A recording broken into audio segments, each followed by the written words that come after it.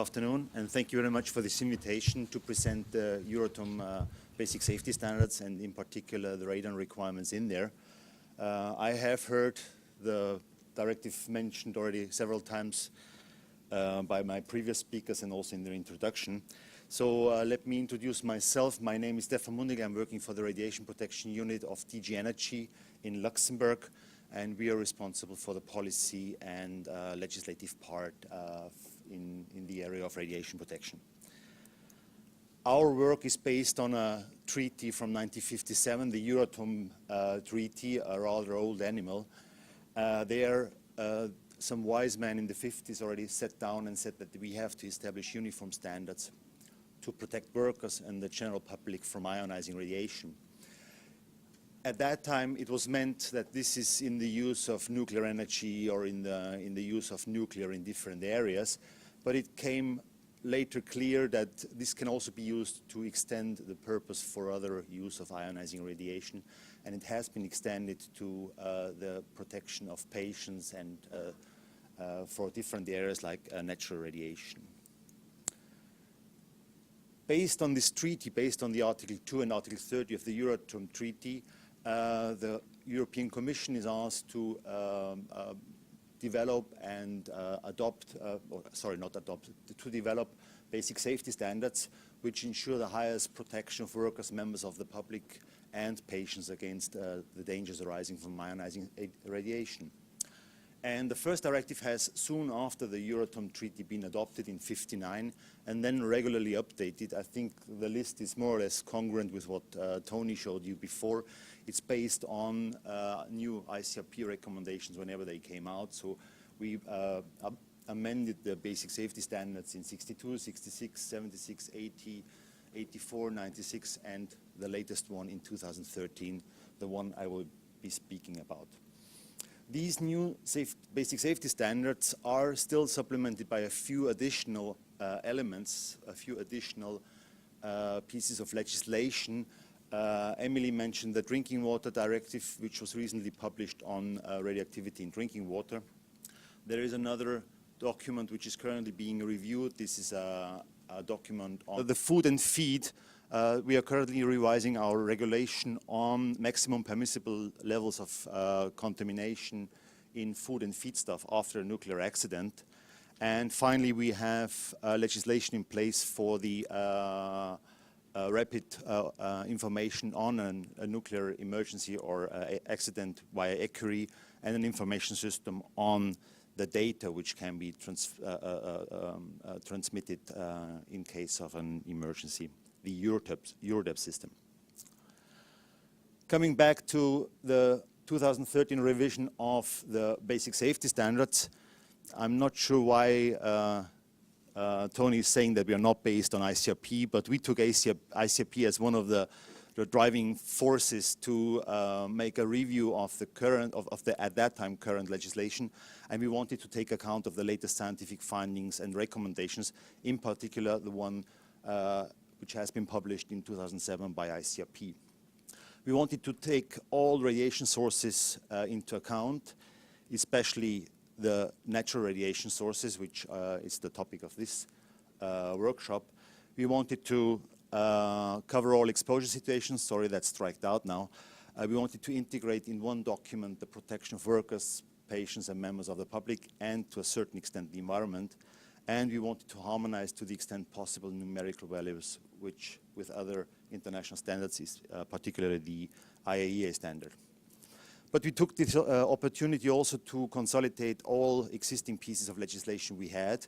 And here you see a list of 5 directives which are now integrated into one directive, plus a recommendation. And that's a recommendation which now, for some reason, flipped out of range here. So it's the recommendation on radon, which was published in 1990 and becomes now, with the directive, legally binding. I come back to that.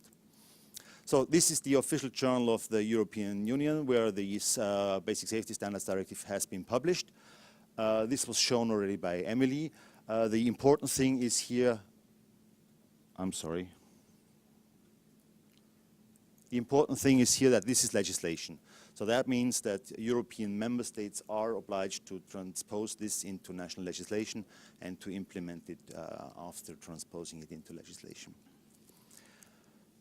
What does the new directive offer? We believe that this directive offers a better protection of the public, in particular from radon in dwellings, but also from exposure to norm activities and building materials, and also from deliberate exposure for non-medical purposes. We believe that we have a better protection of workers by, in particular for the medical staff and workers in workplaces with indoor radon, but also in activities where you have naturally occurring radioactive material. The other two are maybe not very important for this workshop, but we believe also that we have a better protection of patients and that we offer strengthened requirements on emergency preparedness and response. My next slide will now focus on radon in dwellings and also on workplaces with indoor radon exposure.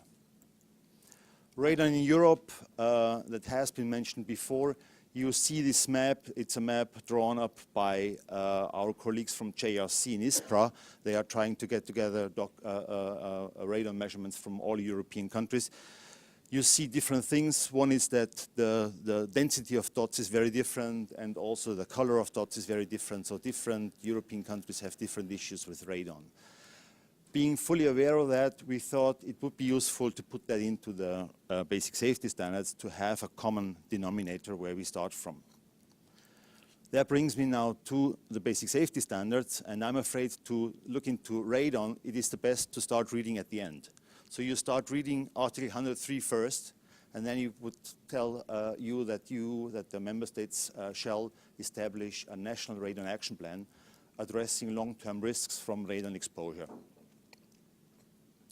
That should be done in dwellings, buildings with public access, and workplaces, and from any source of radon ingress, soil, building material, and water.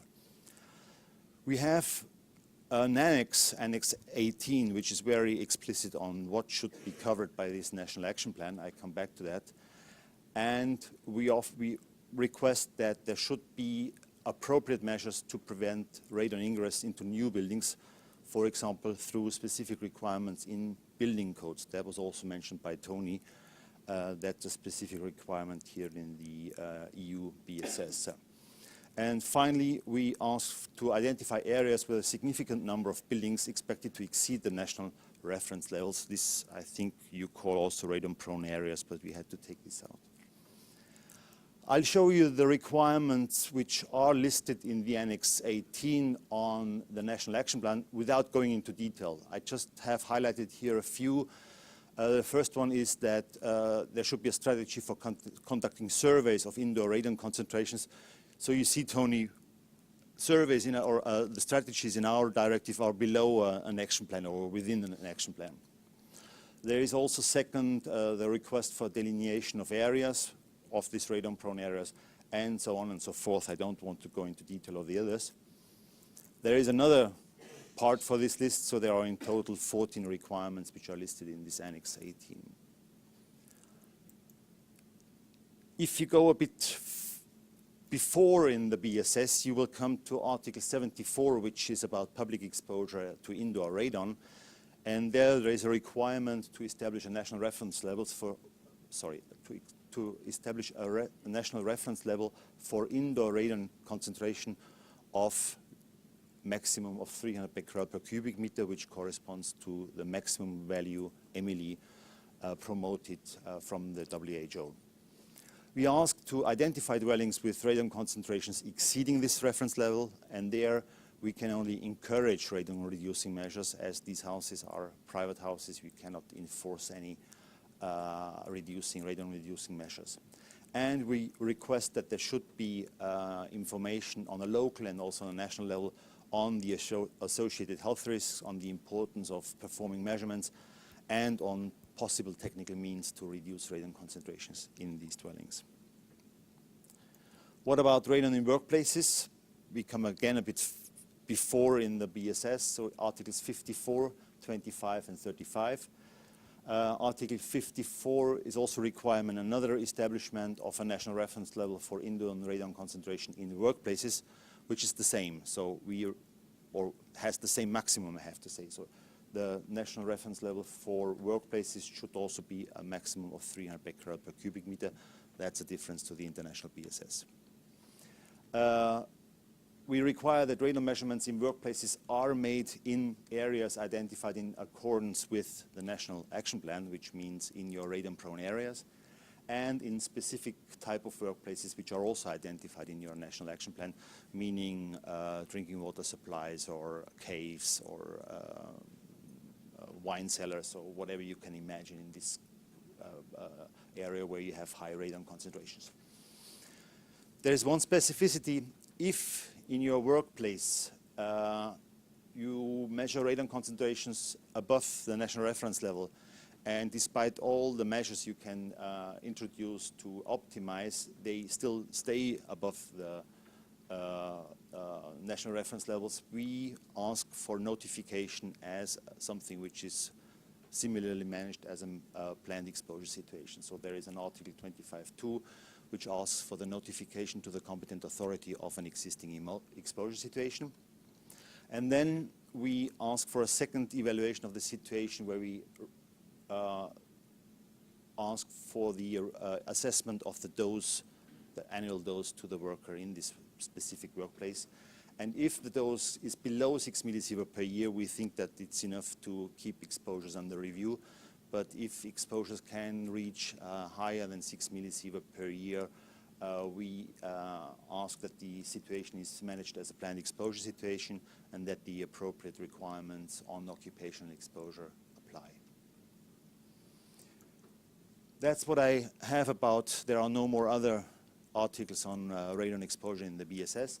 I have a very quick run through the adoption, transposition and implementation of the Euratom BSS, if you allow me. The adoption procedure started already long ago in 2010 by the opinion of the Article 31 group of experts.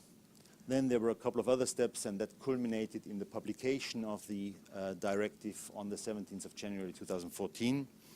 The important point I want to make here is that there is an Article 106 on the transposition of the directive, and there is a deadline given, being the 6th of February 2018, by which date the directive has to be transposed into national legislation.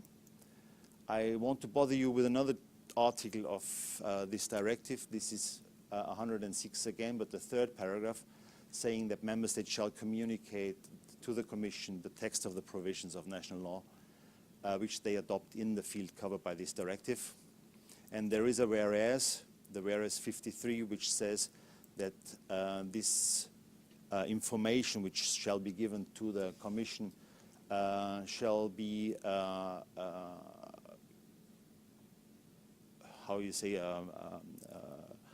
shall include also the detailed explanation of the transposition measures and the relationship of the different components with the requirement in the BSS. Again, the deadline here is the 6th of February 2018. We are fully aware that this transposition is a major task for 28 member states now, which have 4 years to transpose the full directive. So there are other groups like this here which are discussing the other parts of the directive. The Commission wanted to offer to help with this in this transposition phase, and we developed a Commission strategy to monitor and support the transposition and implementation of the directive. So there is an early phase which is actually starting now and should be running for 2 years, where we want to evaluate member states' strategies and plans. The idea is of detecting issues, exchange of experiences, and identification of good practices. Actually, this workshop here is a very good initiative by ASN and NRPA, and we want to do in different other areas something like this, that we have workshops grouped around topical areas. And we have a second phase in 2016-2018, where we need to analyze member states' national transposition measures with a view of assessing compliance with the directive. That brings me to my last slide to summarize what are the mandatory radon requirements in Council Directive 2013-59 Euratom. So we to require the establishment of a national radon action plan. We require the establishment of national reference levels for dwellings and workplaces, both a maximum of 300 becquerel per cubic meter. We require the identification of areas with increased radon concentration, the provision of information on radon, especially to the public, encouragement of radon reducing measures, and in specific cases in workplaces where the radon concentrations cannot be brought below the reference levels, we ask for arrangements which are similar to occupational radiation protection. Thank you very much for your attention.